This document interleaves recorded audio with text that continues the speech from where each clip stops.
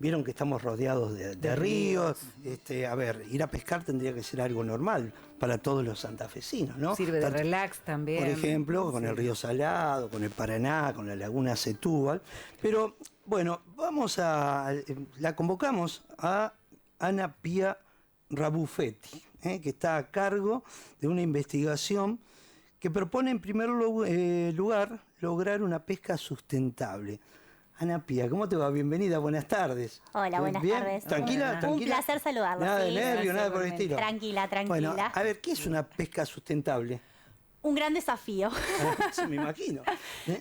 Cuando nosotros hablamos de pesca sustentable, en realidad es el objetivo que creemos tiene que tener la gestión y el manejo pesquero para la provincia de Santa Fe a la hora de pensar cómo debe ser la explotación, digamos, pero también a nivel de la cuenca. Hablamos, como ustedes bien dijeron, de un mega río como es el Paraná, con una gran diversidad de formas y sistemas, por lo que es muy difícil a veces separar la pesca de la provincia de Santa Fe aislada de la provincia de Entre Ríos o del ecoturismo o de la pesca deportiva recreativa. Entonces, primero entender que esta sostenibilidad o pensar en que sea sustentable nos obliga a pensar en la pesca como algo en principio complejo y dinámico, ¿sí? La pesca en general depende de la calidad de los ambientes, de que los ambientes estén sanos, y esto tiene que ver con contaminación, tiene que ver con incendios, tiene que ver con bajantes, tiene que ver con variabilidad del clima, y en ese sentido entonces cuando pensamos en su sostenibilidad de las pesquerías como gestión,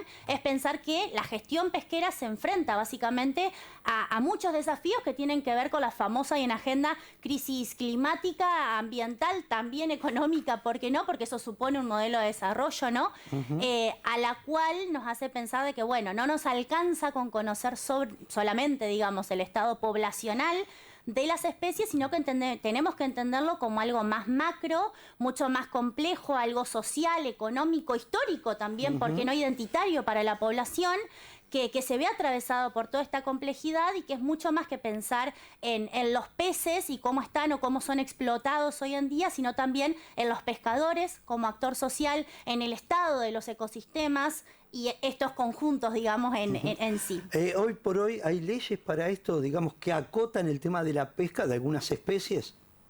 Tenemos la Ley Provincial de Pesca, sí, que ha sido actualizada y que justamente atiende a lo que debe ser el manejo pesquero, considerando los diferentes tipos de pescadores, si se quiere. Tenemos una pesca que es de tipo de subsistencia, que es diferente a la comercial, pero las dos son de tipo artesanal, si se quieren sus formas, diferente a lo que es la pesca deportiva / recreativa, ¿sí? Sí, que esa no creo que mueva mucho el amperímetro en cantidad. En realidad, sí, y es un sistema bastante subvalorado. Es un grupo que nosotros estamos empezando a estudiar. Incluso tenemos un proyecto de ciencia ciudadana financiado por fondos de Nación, en el cual empezamos a trabajar con los pescadores deportivos, recreativos, los guías de pesca, los cabañeros. Perdóname que te interrumpa, porque, a ver, en todo evento que tenga que ver con un festival de pesca o con algo de esto, es con devolución, o sea, todo lo que sea concurso de pesca es con devolución. Para ahí que te quedes con un pescadito no mueve el amperímetro, pero bueno, el tema es cuando pescas 200. Totalmente. Cuando son los concursos de pesca, claramente que están reglamentados y se sigue, digamos, una forma y hay controles en el durante. El tema es la pesca recreativa, digamos, no regulada, si se quiere, por estos concursos, que es cualquier persona con una lancha o con un guía de pesca que se va a la isla y pesca, y ahí sí, desgraciadamente, son cosas que nosotros también relevamos con el proyecto, es donde se ven, y basta ver las redes o las noticias, muchos desmanejos que en falta tienen que ver, como vos me preguntabas hoy, con falta de control. Yo creo que tenemos buenas leyes, buenos marcos normativos, que incluso estas leyes dicen qué especies se pueden vedar, cuáles sí, cuáles no, en qué talle, en qué momento del año, por ejemplo el surubí, que tiene una veda solamente estacional. El tema después está en el control, y en esto es importante resaltar, digamos, que creo que no es solo una cuestión de falta de voluntad política, sino de lo extensa que es la planicie e inundación de todo Santa Fe, ¿no? Y a veces se tienen pocos recursos humanos para hacer el control que se debería. Pero en realidad yo creo que, vuelvo a decir, no digo per se que sea una problemática hoy la pesca deportiva / recreativa, sí que en datos realmente está infravalorada. No tenemos estadísticas reales de cuál es el impacto. Claramente sí tiene importantes impactos económicos y creo que sí es algo a lo que hay que apostar, digamos, como algo positivo a desarrollar, digo, la región. A ver, a mí se me viene a la cabeza el tema de la vida del pez. Porque de repente vemos en determinados momentos del año que hay una mortandad de peces en distintos lugares. ¿A qué se debe esto? ¿A la contaminación? ¿A qué? Bueno, múltiples factores, como todo. En biología nada está lineal, nunca tenemos una sola respuesta. Por eso creemos justamente también en los estudios holísticos o abarcativos. Muchas veces estas mortandades tienen que ver con lo que nosotros decimos anoxia. En criollo, la falta de oxígeno. Que eso puede ser porque baja muy abruptamente la temperatura, por ejemplo, o aumenta mucho la temperatura, pero también se asocia con cambios bruscos del nivel del agua, o sea, el nivel hidrométrico. En situaciones de bajante, y sobre todo una bajante tan extrema, histórica, como lo que nosotros vivimos sufriendo desde el 2019, esto hace que los cambios térmicos sean mucho más abruptos para los bichos hablando en criollo, los peces, y estén peor en condiciones sanitarias. Entonces estos bichos que vienen un poco flacos o que están malnutridos o que no se vienen pudiendo reproducir como deberían o que no están en condiciones fisiológicas óptimas, ante estos cambios abruptos de temperatura, sufren esto. Para esto no hay solución, porque es algo natural. Esto es natural, responde a la variabilidad del clima, pero sí muchas veces, y ahí necesitamos colectar al individuo y ver qué es lo que tiene, o sea, estudiarlos realmente para poderte decir, es contaminación. Muchas veces sí ocurre que estas mortandades son porque llovió, se lavó un campo que había sido fumigado, agrotóxicos contaminantes, como hemos sabido casos del salado, por ejemplo, y claramente es un foco puntual de contaminación. Nosotros, en particular, nuestro grupo, estudiamos lo que son contaminantes emergentes, el plástico. Venimos estudiando el impacto de, por ejemplo, los basurales o los microbasurales en zonas como Alto Verde, La Boca, el basural de Rincón, Arroyo Leyes, y cuánto de estos plásticos que se generan, digamos, que principalmente son domiciliarios, ¿no? Son ingeridos por los peces. Entonces, en una especie tan importante, emblemática para la pesca comercial como es el sábalo, estamos estudiando ingestas de microplásticos, que es la porción más chiquitita, los fragmentos que es casi invisible al ojo humano, por partes del sábalo, entendiendo que esto repercute en procesos de bioacumulación y en el resto de la cadena trófica, porque el sábalo es la base, más allá de que es la mayor biomasa del sistema, es la base también de cadena trófica de muchas otras especies comerciales. Yo tengo entendido de que los pescadores hoy por hoy pescan cualquier especie y de repente con esto se hace incluso con los peces hasta harina. Hay harina de peces que se exporta a China. Digamos, cuando se va al frigorífico, ¿se hace algún testeo de qué está contaminado, qué no? ¿Qué tiene, como decía, plástico o no plástico? Bueno, esa es una buena pregunta. Debería de haber controles. La realidad que, bueno, saber qué es lo que hay adentro de los frigoríficos es un problema. Uno de los principales problemas con los que nosotros trabajamos es la falta de datos. ¿Hay muchos? Entiendo que son unos 7, 8 los registrados, los grandes Está bien, no es para exportadores, pero claramente a la hora de exportación, obviamente que tenemos organismos nacionales que son los encargados, digamos, de controlar la salubridad, digamos, de esa carne de pescado que se exporta. Por esto que vos decías de la diversidad de especies, en principio los pescadores comerciales que le venden al acopiador o al frigorífico, incluso en el mercado interno, son bastante específicos, digamos, en el método de captura para capturar la especie que les es de valor. El problema que tenemos muchas veces ahí es que, si bien dije, tenemos un buen marco normativo, creo yo, que establece qué especie se puede, de qué tallas y en qué cantidad, después a la hora del control, la realidad es que nos encontramos con incumplimientos de talla o incumplimiento de especies, como por ejemplo el dorado, que está prohibido en toda la provincia, para la pesca comercial, digo. De todas maneras, vemos casos en las noticias, en los medios, cualquier ciudadano o vecino lo puede ver, de que aparecen grandes capturas, digamos, claramente por fuera de la ley. Entonces, nuevamente hay una cuestión de control. A mí me viene a la cabeza, no sé, cuando voy, no sé, de acá a Sauce Viejo o a Coronda, me encuentro un montón de puestitos de gente que está vendiendo pescado. Yo supongo que a esos pescados que no sé si tienen la medida o no, nadie le hace ninguna verificación de que esté bien, que esté contaminado con algo la carne, ¿no? Y no, al puestero, digamos, claro, no tenemos ningún SENASA ni órgano controlador en ese sentido. Sí lo suponemos con los frigoríficos, claramente esto que decíamos hoy, de que ahí sí existen estos controles.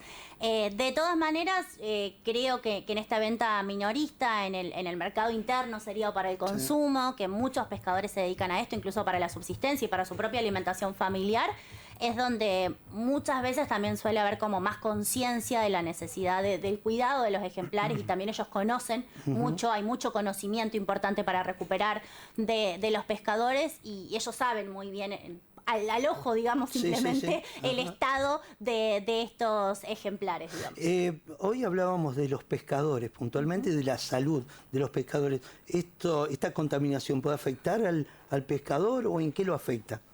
Bueno, nosotros en particular, yo soy docente de la Facultad Sí, de de Ciencias medicina. Médicas de la UNL y hemos empezado desde el año pasado una línea que tiene que ver con estudiar, como dije hoy, nos interesa en esto de pensar en una visión holística de la pesca, no solamente la variabilidad del clima o el cambio climático, sino también entender el estado sanitario, por ejemplo, de los peces y las poblaciones de peces en el tiempo, pero también hablar del actor social, los pescadores, su actividad social, cuestiones sociodemográficas, su calidad de vida. Y en esto empezamos a estudiar con un grupo de docentes, de médicos, investigadores de la Facu, lo que tiene que ver con la salud de los pescadores y específicamente en conjunto con centros de atención primarias de la salud de Rincón, Alto Verde, Santo Tomé, Arroyo Leyes, Condrastiné. Empezamos a trabajar en medir cuestiones básicamente del estado de salud, ver si acceden o no a los efectores, cuáles son sus problemáticas, sobre todo asociadas a la actividad pesquera, ¿no?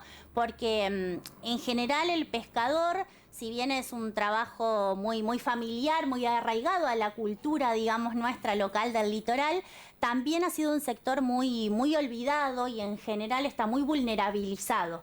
Entonces suelen ser familias enteras de pescadores que se dedican a esto, que en general toda la familia trabaja de la pesca. El rol de la mujer está bastante invisibilizado, si bien ocupa un lugar importante. Muchas veces incluso ellas no se reconocen como pescadoras, por más que son las que agregan valor, hacen el procesado, lo venden, queda la semana entera cuando el hombre va a la isla a cargo de todas las tareas. Lo mismo identificamos con este estudio que pasa con la cuestión del trabajo infantil. Por una cuestión incluso de tradición familiar, es normal que los chicos inicien en esta actividad desde edades muy tempranas, lo cual causa muchas veces el abandono escolar. Entonces, hablar de salud también nos llevó a hablar de educación y creemos que son cuestiones que a la hora de pensar un padrón de pescadores como los que tiene la provincia, porque la provincia tiene sus padrones de pescador de subsistencia y comerciales. ¿Sigue habiendo subsidios para los pescadores? ¿Sabés de eso? Porque había habido algún conflicto en algún momento por este tema. Sí, en general los subsidios se ponen en determinados momentos, digamos. Cuando hay veda de pescado. Cuando hay vedas, por Sí, ejemplo. sí. En este momento no la hay, entonces entiendo que no sería necesario. Pero bueno, en esos casos los padrones son importantes. Nosotros creemos que a esa visión de saber quiénes son, cuántos y dónde están, también es importante poder saber en qué condición se encuentran. Y en esto es poder hablar, ¿no?, de qué necesitamos para mejorar la condición o calidad de vida, y por eso es que pensamos en este trabajo. ¿Ustedes hicieron algún relevamiento de esto que me estás diciendo de los trabajadores pesqueros?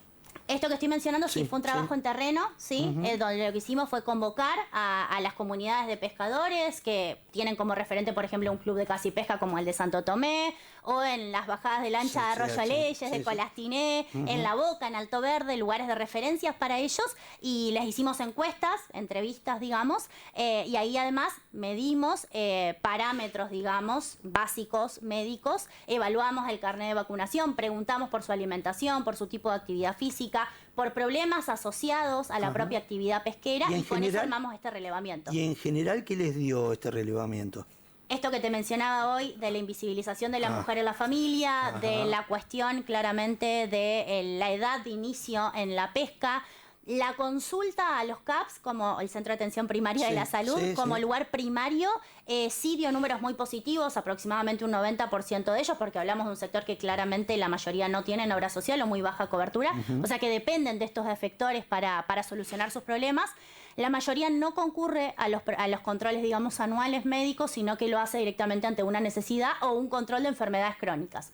Las enfermedades crónicas que relevamos son las clásicas que encontraríamos como hipertensión, diabetes tipo 2, y en general estaban con tratamientos, pero encontramos algunas barreras que ellos mismos identificaban o decían que tienen que ver, digamos, con cuestiones, bueno, de a veces falta de turnos, que claramente debe tener que ver por escaso personal en los lugares, o falta de recursos, lo que haga que, bueno, fueron una vez, no vuelven a ir. También muchos pasan semanas enteras en la isla, entonces tal vez ante un accidente, una lesión, no consultan como tal vez uno lo haría ante una molestia. Pero bueno, hay que entender, me parece que esto es importante, que en general el pescador es un actor que está expuesto a condiciones, digamos, climáticas muy adversas, que trabaja con frío, con lluvia, con calor, con inundaciones, con bajantes, que depende de lo que sale, pero que también está sujeto al precio de mercado del frigorífico.